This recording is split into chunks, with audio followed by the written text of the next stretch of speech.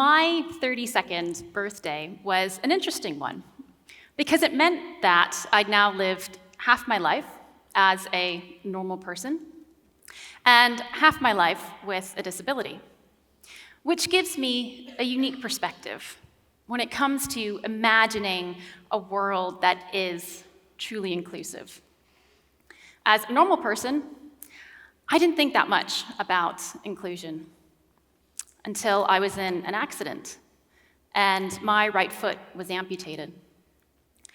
And I learned exactly what the difference was between Steph with a normal body and Steph with a disability. Not very much. I mean, a traumatic accident, it changes you, but I now know that I could have lost every limb on my body, and I still would have been normal Steph. Now, we have to acknowledge that every experience of disability is different, and often that experience is tied to your income.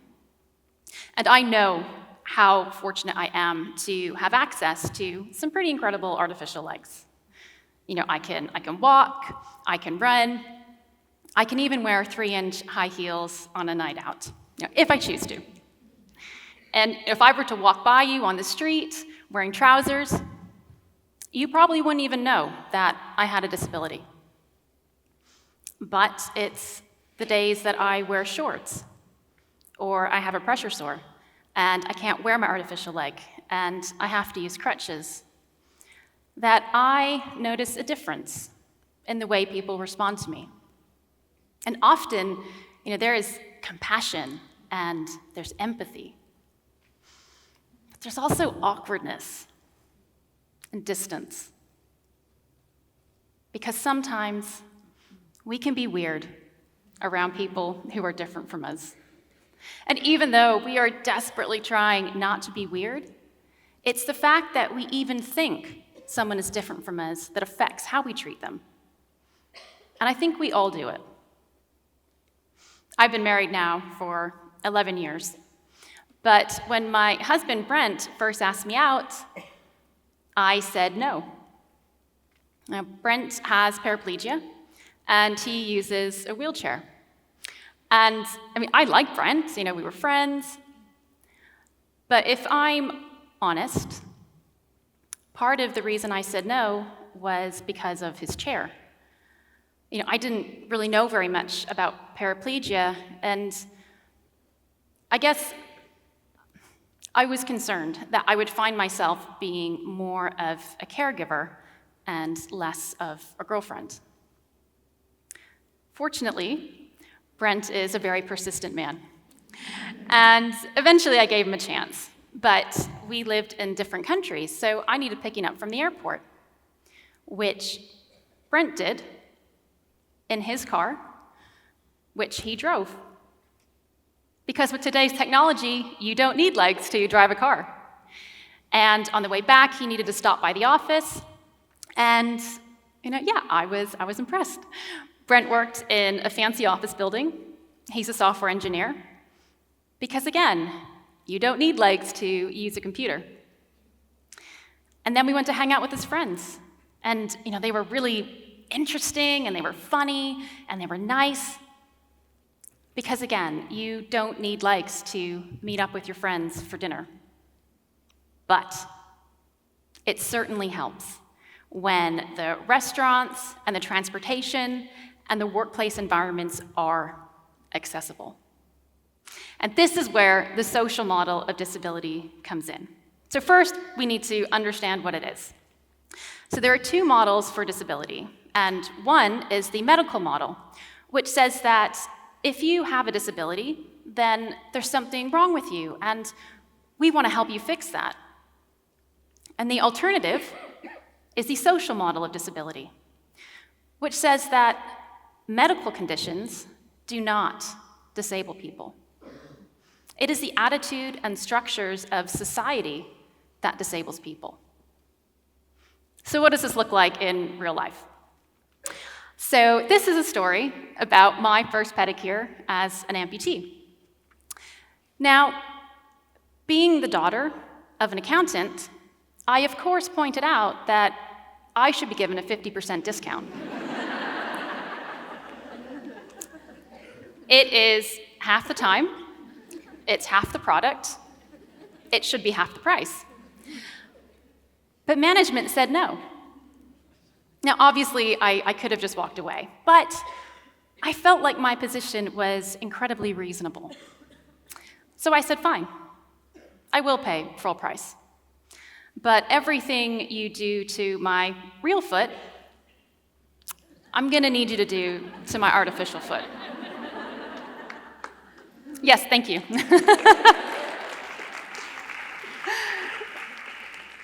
And I wanted it soaked. I wanted it massaged. I wanted hot pink toenails. Now, the medical model would say that I was the problem for not having 2 feet. The social model would say the problem was with the assumption everyone in the world has 2 feet.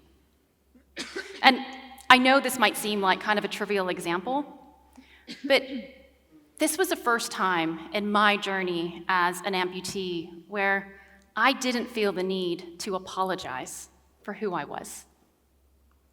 And yeah, this example is kind of funny, but it stops being funny when you face barriers multiple times a week that stop you from living a life of independence and opportunity. And this is why I love the social model of disability, because it challenges our perceptions of normal, and it highlights the fact that we need practical, measurable changes in infrastructure. It is not enough for a person with a disability to simply have a great attitude. Stella Young was a comedian and a disability rights activist, and I best knew her for calling society out on its addiction to inspiration porn. And this is where people with disabilities are celebrated for doing regular, everyday things, as though we shouldn't expect them to aspire to the things that normal people aspire to. As Stella put it, no amount of smiling at a flight of stairs has ever turned it into a ramp. If we do not see people with disabilities thriving in education, being hired and promoted across corporate sectors, or engaging in our businesses as customers, there is a problem with our environment. I love the social model of disability, but I want to challenge one aspect of it. And it's the fact that the social model of disability limits itself to people with disabilities. And I want to propose a new social model of people. And it's one where we look at all people, everyone, as reservoirs of potential when given the right environment and the right support. And there are 2 reasons why I want to look toward this more inclusive social model of people. And the first reason is I think that any model that separates people into different categories, such as disabled or non-disabled, has the unwanted side effect of creating distance, kind of an us and a them. Because when it comes to people, there should only ever be one category, and that's human. I was in a grocery store when I overheard a mom say to her 5-year-old daughter, Don't stare, sweetie. She has a poorly leg. And this little girl was silent for a moment. And then she said, No, she doesn't. She has a robot leg. This little girl didn't put me in a separate disability category. And she saw me. And she was right to stare, because my carbon fiber leg is awesome. We are all the same. But the reality is that life with a disability is harder and more expensive. For example, I drive my car with hand controls. So instead of operating the pedals with my feet, I use my hands. Now, if I needed to rent a car in the UK, it would cost me 3 times more. And actually, I consider this a win, because in the rest of Europe, I would struggle to even rent an adapted car. So when I talk about opening up the model to all people, this does not mean that we lose our focus on making society more accessible. Because we are all the same, but we also have different needs. The second reason I want to look towards a social model of people is because when we recognize that the need for things like accessible transport is universal, then it becomes everyone's responsibility, not just a select group of disability campaigners. And if everyone in society is working together toward this goal of perfect inclusion, we stand a much better chance at actually achieving it. Disability and accessibility are not static concepts. They are spectrums.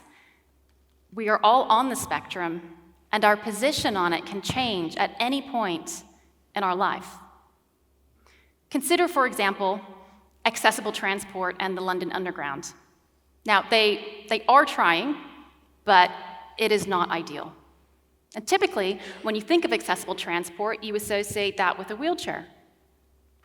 But what about parents with buggies, trying to get up and down stairs, travelers with suitcases, common injuries like sprained ankles and bad backs? These are all people who still need to carry on with life. Now, I'm coming to the end, and I'm conscious that some of you may be feeling frustrated and thinking, yes, perfect inclusion, it sounds great, but is it practical? A few years ago, my husband Brent and I were in Paris visiting the Louvre, and somebody spotted Brent's wheelchair in the line as we were waiting to buy the tickets, and they came over and explained that the museum was not fully accessible. And they apologized and said, we would really love for you to still come in and experience the exhibits that you can, and we'll do that free of charge. Our entire visit was filled with incredibly helpful staff, including a security guard who ensured we had the most amazing viewing of the Mona Lisa. And we left this non-accessible venue feeling like honored guests. There is still value in asking the question to everyone, how can we help you reach your potential? Even if we can't do it yet. I'm declaring the social model of disability to be so good that the rest of humanity needs it too. Because even if the social model is open to everyone, people with disabilities will always be at the forefront because we are experts at navigating a world that wasn't designed for us. Now, this is our gift and our legacy.